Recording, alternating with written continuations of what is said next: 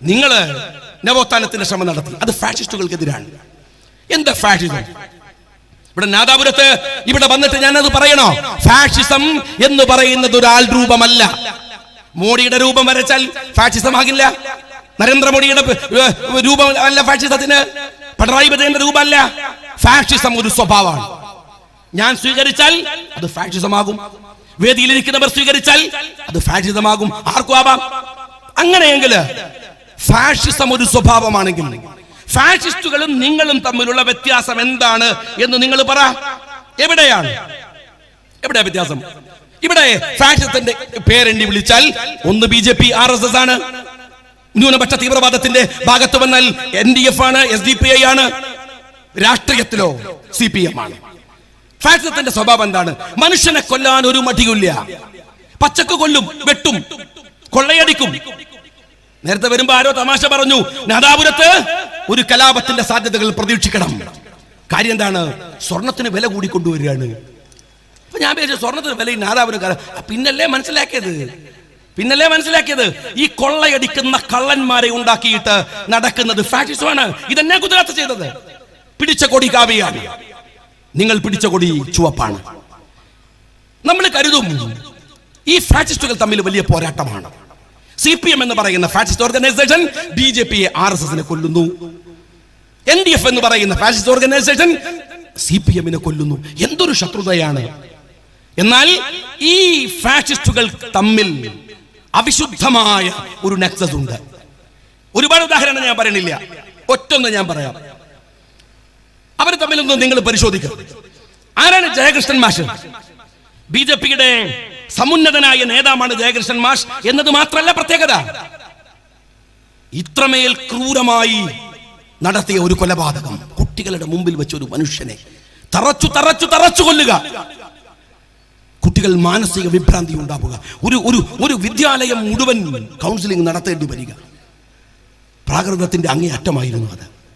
ജയകൃഷ്ണൻ മാഷ വധിച്ച RSS ഇവിടുത്തെ CPM-മായി അവിശുദ്ധമായ ബാന്ധവമുണ്ടാക്കി ആ കേസ് ഒതുക്കാൻ ശ്രമിക്കുന്നു എന്നത് KM ഷാജിയുടെ വാദമല്ല. ജയകൃഷ്ണൻ മാഷിന്റെ ബന്ധുക്കൾ, അമ്മയടക്കം CBI എൻക്വയറി ആവശ്യപ്പെട്ടില്ലേ? എന്തിനു വേണ്ടിയിട്ട്? അവിശുദ്ധമായ ബന്ധമുണ്ടാക്കിയെന്ന് സകലമാന പത്രങ്ങളും എഴുതിയില്ലേ? അവിടെ ഒരു നെക്സസ് ഉണ്ട്. ഇവിടെ ഞാൻ ചോദിക്കട്ടെ, നാദാപുരത്ത് തന്നെയുള്ള ഇവിടെയുള്ള എന്താണ് ഒരു ചെറുപ്പക്കാരനെ ഇവിടെ കൊല ചെയ്യപ്പെട്ടു. വിനു എന്ന് പറയുന്ന ചെറുപ്പക്കാരൻ. നാദാപുരത്ത് ഒരുപാട് കലാപങ്ങൾ ഉണ്ടായിട്ടുണ്ട്, ഒരുപാട് മരണങ്ങൾ ഉണ്ടായിട്ടുണ്ട്, കൊലപാതകങ്ങൾ ഉണ്ടായിട്ടുണ്ട്. പക്ഷെ ആസൂത്രിതമായ കൊലപാതകം നടത്തുന്നത് ഇവിടെ CPM മാത്രമാണ്. കൃത്യമായ പ്ലാൻ വരച്ച്. അതെവിടെയും അങ്ങനെയാണ്. മറ്റുള്ള കൊലപാതകങ്ങളൊക്കെ ആൾക്കൂട്ടം നടത്തുന്ന അല്ലെങ്കിൽ അതിനിടയിൽ ഉണ്ടാകുന്ന കുഴപ്പങ്ങളുടെ ഭാഗമായി ഒരു പെട്ടെന്ന് ഒരു ഇൻസിഡന്റിന്റെ ഭാഗമായി യാദൃശ്ചികതയിൽ നിന്നുണ്ടാകുന്നതാണ്. എന്നാൽ ഒരു CPM-കാരനെ ആസൂത്രിതമായി പ്ലാൻ ചെയ്ത് വരച്ചെടുത്ത് നാദാപുരത്ത് കൊന്നത് വിനുവിനെ മാത്രമാണ്. ആ കൊലപാതകത്തിന്റെ പിറകിൽ ഉണ്ടായിരുന്നത് SDPI ആണ്. അവർ ജയിലിൽ ശിക്ഷ ഏറ്റുവാങ്ങിയിട്ടുണ്ട്. അറിയാലോ നിങ്ങൾക്ക്. അതൊരു ഭാഗത്ത് കിടക്കുന്നു. അഭിമന്യുവിന്റെ കൊലയുടെ പിറകിൽ SDPI ആണ്. കേരളം മുഴുക്കെ നിങ്ങൾ ആഘോഷിച്ചു ആ രക്തസാക്ഷിത്വം, അത് SDPI ആണ്. ഫസൽ തലശ്ശേരിയിൽ കൊല്ലപ്പെട്ടത് CPM-കാരാലാണ്. ഇതേ നാദാപുരത്ത് SDPI-യുടെ ഒരു ചടങ്ങ് നടക്കുമ്പോ അത് തടയുമെന്ന് പറഞ്ഞത് ഇവിടുത്തെ ലീഗുകാരും കോൺഗ്രസ്സുകാരൊന്നും അല്ലല്ലോ, ഗവൺമെന്റ് അല്ലേ, പോലീസ് അല്ലേ. അത് പോലീസിൽ നിന്ന് വന്ന ഔദ്യോഗികമായ വാർത്തയല്ലേ. ആ വാർത്ത വന്നതിന് ശേഷവും ഇവിടെ ആ പരിപാടി നടത്താൻ SDPI-ക്ക് പോലീസിനെ തന്നെ നിർത്തി സൗകര്യമൊരുക്കിയത് ഏത് ബാന്ധവത്തിന്റെ പേരിലാണ്? ഞാൻ ചോദിക്കട്ടെ, CPM-ന്റെ ജില്ലാ സെക്രട്ടറിയുമായി ഉണ്ടാക്കിയ ചർച്ചയുടെ ഭാഗമായി അവർക്ക് സൗകര്യമൊരുക്കുക മാത്രമല്ല, നാദാപുരത്ത് ആ ചടങ്ങ് നടന്നിട്ട് ഇവിടുത്തെ ഏറ്റവും വലിയ ഫാഷിസ്റ്റ് ഓർഗനൈസേഷൻ എന്ന് പറയാവുന്ന CPM-നെ കുറിച്ച് ഒരു വാക്ക് പറഞ്ഞില്ല. എന്നിട്ട് ഫേസ്ബുക്കിൽ പറയാണ് ഞങ്ങൾ BJP-നെ ശരിയാക്കി. നാദാപുരത്തെ നീയൊക്കെ ഏത് കോത്താടത്താണോ ജനിക്കുന്നത്? നാദാപുരത്ത് BJP-ക്ക് എന്താണോ സ്കോപ്പ് ഉള്ളത്? നാദാപുരത്ത് RSS-ന് എന്താണോ സ്കോപ്പ് ഉള്ളത്? ഇവിടെ CPM ഉള്ളിടത്തോളം വേറെ ഏത് സംഘടനയാണ് അവിടെ വരേണ്ടത്? നിങ്ങൾ പറ. മുസ്ലിങ്ങളെ കൊല്ലാൻ, മുസ്ലിങ്ങളെ വെട്ടാൻ, മുസ്ലിങ്ങളെ കൊള്ളയടിക്കാൻ, മുസ്ലിങ്ങളെ അപമാനിക്കാൻ വേറെ ആർക്കാ ചാൻസ്? ഏത് RSSന്? ഏത് BJPക്ക്? ഇവിടെ വന്നിട്ട് മോഹനൻ മാഷിന്റെ അകടും കഴുകി കൊടുത്തിട്ട് പെർമിഷൻ വാങ്ങി ഇവിടെ വന്ന് പരിപാടി നടത്തിയിട്ട് BJPനെ തെറി വിളിച്ചു എന്ന് പറയണ നിന്റെയൊക്കെ അല്പത്തരം ആരോടാണ്? നിങ്ങൾ തമ്മിലുള്ള അവിശുദ്ധമായ ബാന്ധവം ഒരുപാട് കണ്ടവരാ. ഞങ്ങള് ഒരുപാട് കണ്ടവരാണ്. തലശ്ശേരിയിൽ ഫസൽ കൊല്ലപ്പെട്ടപ്പോ അന്ന് മുസ്ലിം യൂത്ത് ലീഗിന്റെ സംസ്ഥാന സെക്രട്ടറിയാ ഞാൻ. എന്റെ പറകിലിരിക്കുന്ന എന്റെ സഹപ്രവർത്തകന്മാർ ഒരുപാട് പേരുണ്ട് ഇവിടെ. അവർക്കറിയാം.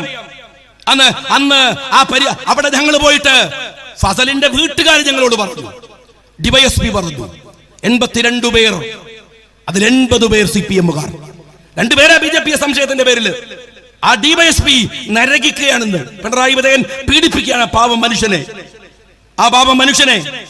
എന്നിട്ട് നിങ്ങൾ തമ്മിൽ അവിശുദ്ധ ബാന്ധവം ഉണ്ടാക്കി.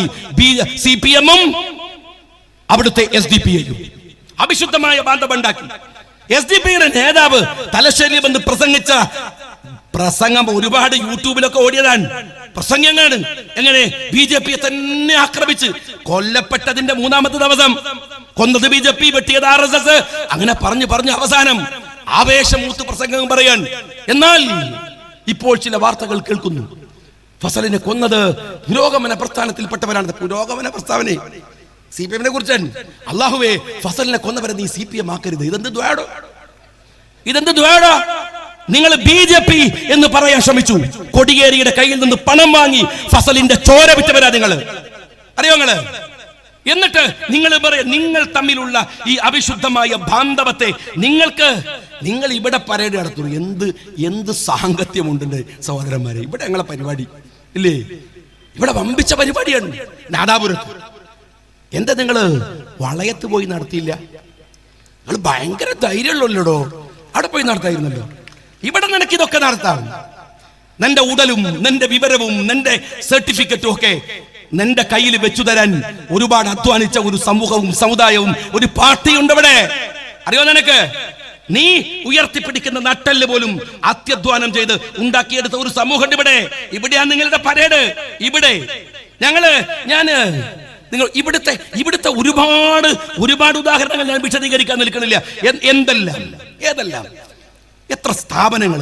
നാദാപുരത്തിന്റെ മുഖം മാറ്റിയത് TIM ഗേൾസ് ഹൈസ്കൂളാണ്. CH മുഹമ്മദ് കോയ സാഹിബ് കൊണ്ടുവന്ന സ്കൂൾ, നമ്മുടെ മക്കൾ പഠിച്ചു വന്ന സ്കൂൾ.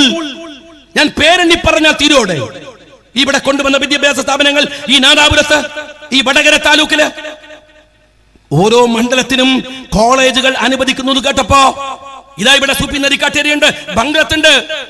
ഉറക്കമില്ലാത്ത രാത്രികളിൽ ഓടി പടർന്ന് നടന്ന് അവരുണ്ടാക്കി കൊടുത്ത പണം വെച്ച് ഭൂമി വാങ്ങിയാണ് ഇവിടെ കോളേജ് ഉണ്ടാക്കിയത്. എത്ര സ്കൂളുകൾ, എത്ര കോളേജുകൾ.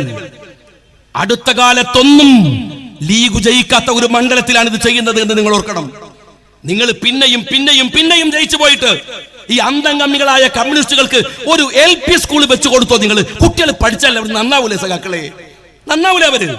ഈ കക്കലും ഈ ക്ലോസറ്റ് അടിച്ചു മാറ്റി പോക്കലും സ്വർണം കക്കലും ഒക്കെ ഒന്ന് നിർത്തണമെങ്കിൽ അവർക്ക് അണികൾക്ക് കുറച്ച് വിവരം വെച്ച് കൊടുത്തൂടെ? നിങ്ങൾക്ക് ഒരു സ്ഥാപനം തുടങ്ങിക്കൂടെ? നിങ്ങൾ തുടങ്ങും. അവിടെ നിങ്ങൾ തുടങ്ങിയിട്ടുണ്ടോ? ഇല്ലല്ലോ. ഇതൊക്കെ പോരാഞ്ഞിട്ട് എന്താണ് തീപ്പൊരി അഷ്റഫൊക്കെ പോയിട്ട് ഝാർഖണ്ഡിൽ പള്ളി ഉണ്ടാക്കാണ്. നാദാപുരത്ത് കഴിഞ്ഞിട്ട് ഞങ്ങൾ അവിടെയാണ്. അപ്പഴേ ഇവിടെ കൊണ്ടുവന്നൊരു ഇവന്റെ കുണൂപ്പിലെ ഡാൻസ്. ആരുടെ? ഈ പറയുന്ന SDPI-കാരുണ്ട് നാദാപുരത്ത്. ഞങ്ങൾ ഇവിടുത്തെ പണിയൊക്കെ തീർത്ത് അങ്ങോട്ട് പോയി തുടങ്ങിയോ? ഇവിടുത്തെ പണിയൊക്കെ തീർത്ത് അങ്ങോട്ട് പോയി. നിങ്ങൾ ആരെയാണ് രാഷ്ട്രീയം പഠിപ്പിക്കാൻ വരുന്നത് എന്ന് നിങ്ങളൊന്ന് മനസ്സിലാക്ക്. എവിടെയാണ് നിങ്ങൾ നിൽക്കുന്നത് എന്നെങ്കിലും നിങ്ങളൊന്ന് ചിന്തിക്കുക. നിങ്ങൾ ഞങ്ങളെ ആക്ഷേപിക്കാൻ പറ്റുന്നു, ഞങ്ങളെ പരിഹസിക്കാൻ വേണ്ടി നിങ്ങൾ വരുന്നു. പക്ഷേ നിങ്ങൾ അറിയേണ്ട ഒരു കാര്യമുണ്ട്. ഇവിടെ നിങ്ങൾ കൈകോർക്കുന്നത് ആരുടെ കൂടെയാണ്? എനിക്കറിയാം. എന്റെ മണ്ഡലത്തിൽ എല്ലാവർക്കും അറിയാലോ, തെരഞ്ഞെടുപ്പ് വരുമ്പോ SDPI CPM ആണ്. നാദാപുരത്ത് കഴിഞ്ഞ തെരഞ്ഞെടുപ്പില് UDF-ന്റെ സ്ഥാനാർത്ഥിയെ തോൽപ്പിക്കാൻ, മുസ്ലിം വോട്ടിൽ വിള്ളലുണ്ടാക്കാൻ പണമിറക്കിയത് ഇവിടുത്തെ CPM ആണ്. ഇവിടുത്തെ ഇടതുപക്ഷ സ്ഥാനാർത്ഥിയാണ് പണമിറക്കി. SDPയുടെ വോട്ടുകളുടെ റേഷ്യോ എടുക്ക. കോഴിക്കോട് ജില്ലയിൽ ഏറ്റവും കുറഞ്ഞ വോട്ടിന് UDF തോറ്റ മണ്ഡലം ഇതാണ്. ആരുടെ വോട്ട് പിന്നിച്ചിട്ട്, ആരുടെ വോട്ട് വാങ്ങിക്കൊടുത്തിട്ട്? അന്ന് CPM-കാരന്റെ കയ്യിൽ നിന്ന് പണം വാങ്ങി ആ വോട്ട് മറിച്ചത് ഇവരാണ്. അതിവിടെ മാത്രാണോ? കേരളത്തിലെ എല്ലാ മണ്ഡലങ്ങളിലും. എന്നിട്ട് കൊല്ലാൻ ഫസലിനെ വിടും, ചാവാൻ മറ്റാളുകളെ വിടും, അങ്ങോട്ടും ഇങ്ങോട്ടും വെട്ടാനും കുത്താനും മരിക്കാനും അണികളെ വിടും. എന്നിട്ട് നേതാക്കന്മാർ തമ്മിൽ അവിശുദ്ധമായ ഈ ബാന്ധവം ഉണ്ടാക്കിയെടുക്കുകയും ചെയ്യും. മനുഷ്യത്വരഹിതമായ ഈ പോരാട്ടങ്ങൾ, ഈ വൃത്തികേടുകൾ എന്തൊക്കെയാണ് കാണുന്നത് കേരളത്തില്? നമ്മൾ പരിശോധിച്ച് നോക്കി, എന്തൊരു സങ്കടമാണ്. എന്നിട്ട് ഈ മനുഷ്യന്റെ ചോരയിൽ ചവിട്ടി നിന്നിട്ട് 2 ചെറുപ്പക്കാർ മരിച്ചു കിടക്കുന്ന ആ മണ്ണിന്റെ നനവ് പോയിട്ട് ചോരയുടെ മണം മാറുന്നതിന് മുമ്പ് പഴയ ഹിന്ദി സിനിമയിലെ വില്ലന്മാരെ പോലെ ചിരിക്കുകയാണ് CPM-ന്റെ നേതാക്കന്മാര്. എന്തൊരു അപകടമാണ് ഇതെന്ന് നിങ്ങൾ പരിശോധിച്ചിട്ടുണ്ടോ? എന്തൊരു സങ്കടകരം. ഈ പാവങ്ങളായ ആളുകൾ അവരാരൊക്കെയാണ്? എന്താണ്? ഞാൻ സഖാവ് പിണറായി വിജയനോട് ചോദിക്കട്ടെ, കോടിയേരിയോട്, നിങ്ങൾ മതിലുണ്ടാക്കുകയല്ലേ, നവോത്ഥാനം ഉണ്ടാക്കുകയല്ലേ? എന്താണല്ലോ നവോത്ഥാനം? എന്താ നവോത്ഥാനം?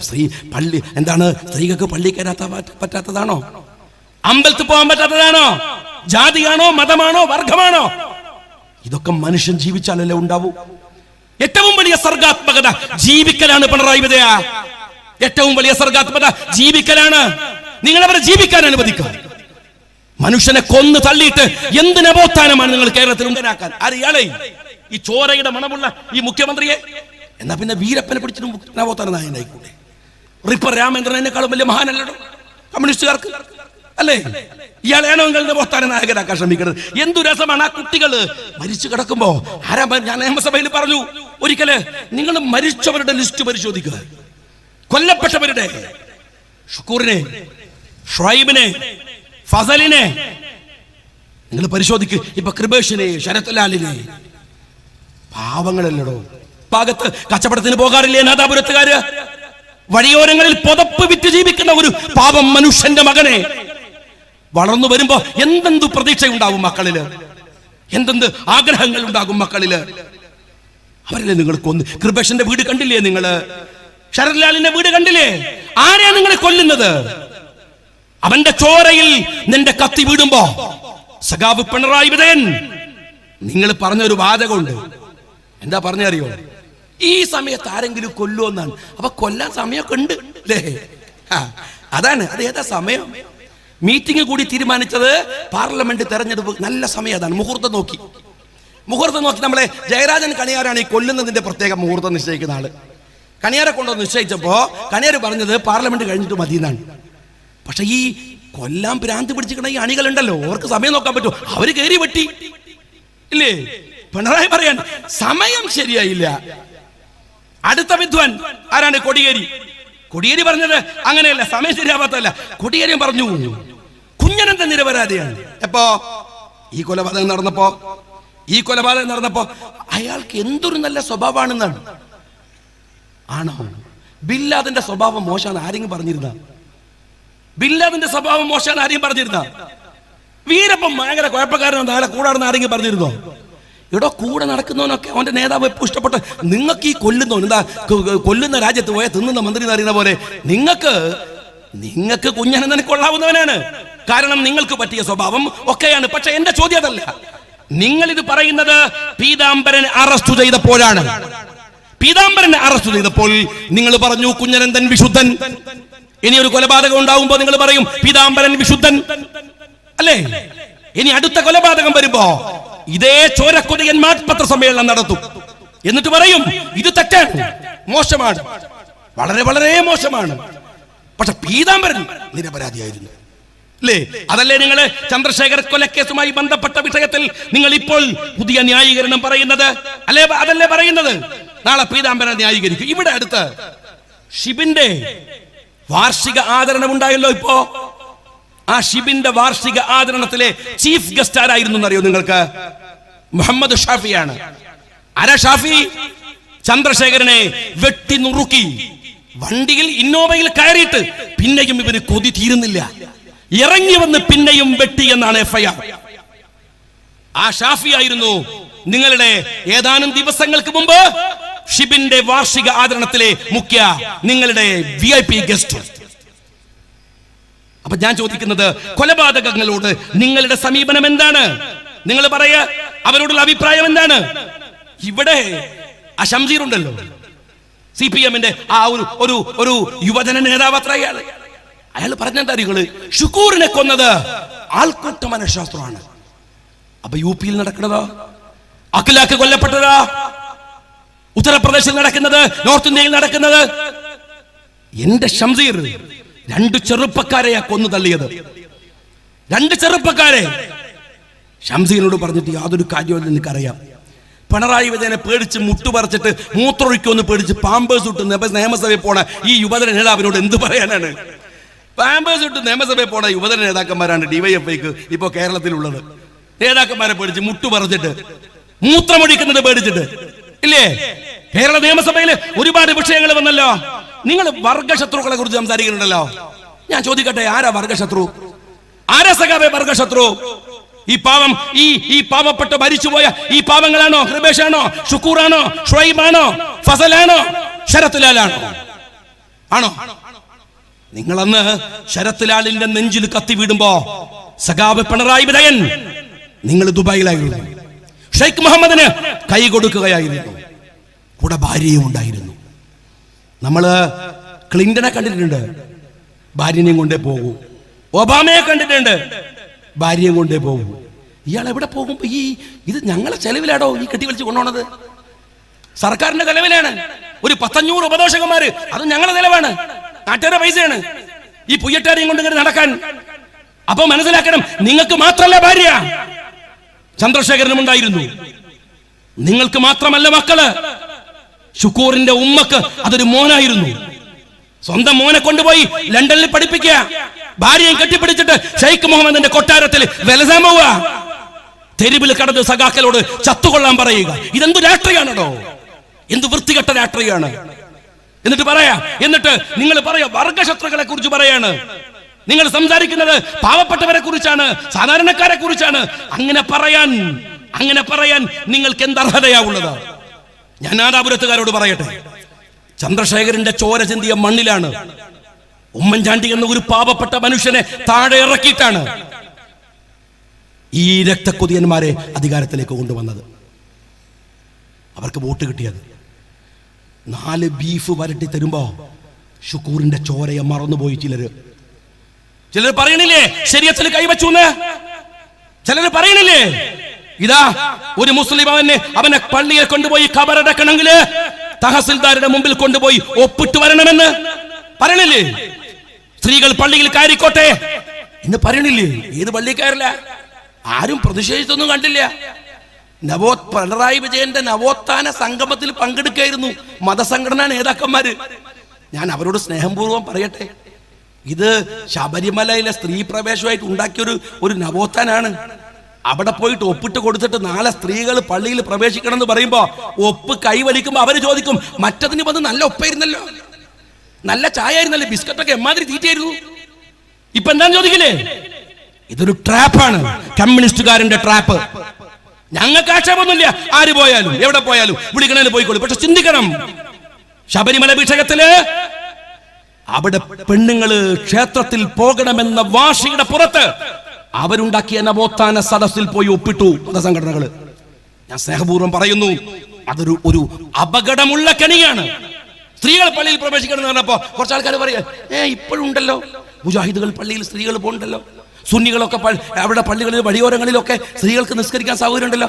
അന്ന് ഇക്കാരില്ല ചങ്ങായി. ഇത് സ്ത്രീകളും പുരുഷന്മാരും ഒരേ വാതിലൂടെ അകത്ത് കയറി, സ്ത്രീയാണ് മുമ്പിൽ വരുന്നെങ്കിൽ ഓള് ഇമാമാവും നമ്മൾ മഹ്മൂമാവും, പറ്റിയ അവള് ബാങ്കും കൊടുക്കും. അന്ന് ഇക്കാരാണ്. പറ്റോ? സമ്മതിക്കോ? അത് മനസ്സിലായിന? അല്ലാതെ ഇതല്ല. ആരും മിണ്ടി കണ്ടില്ല. പോയി തൊപ്പിട്ട് കൊടുക്കുമ്പോ ഗുലുമാൽ എന്നൊരു പാട്ട് കേൾക്കണമായിരുന്നു. ഇത് അപകടത്തിലേക്കല്ല എന്ന് മനസ്സിലാക്കണമായിരുന്നു. ഇത് കുഴപ്പമുണ്ടാക്കാനെന്ന് മനസ്സിലാക്കണമായിരുന്നു. ഞാൻ പറയണത്, എന്നിട്ടും ഈ ചോരമണക്കുന്നവർക്ക് നിങ്ങൾ വോട്ട് കൊടുത്തു. ഈ തെരഞ്ഞെടുപ്പിൽ സൂക്ഷ്മത പാലിക്കണം, വൈകാരികതയ്ക്ക് അടിമപ്പെട്ടു പോകരുത്. 4 കഷണം ബീഫ് വരട്ടുമ്പോഴേക്കും ഈ ചോരക്കൊതിയന്മാരെ മറന്നുപോയിട്ടുണ്ടെങ്കിൽ വീണ്ടും നിങ്ങളെ ഓർമ്മിപ്പിക്കുകയാണ് ഈ കള്ളന്മാരെ കുറിച്ച്, ഈ ചോരക്കൊതിയന്മാരെ കുറിച്ച്, ഈ മനുഷ്യത്വ വിരുദ്ധതയെ കുറിച്ച്. അവർക്കെതിരെയുള്ള പുറപ്പാടാവാൻ, അവർക്കെതിരെയുള്ള പൊരുതലാവാൻ ഈ സമ്മേളനത്തിന് സാധിക്കുമാറാവട്ടെ. അഭിവാദ്യങ്ങൾ. ജയൻ. പ്രിയപ്പെട്ടവരെ, കേരളത്തിന്റെ മണ്ണിൽ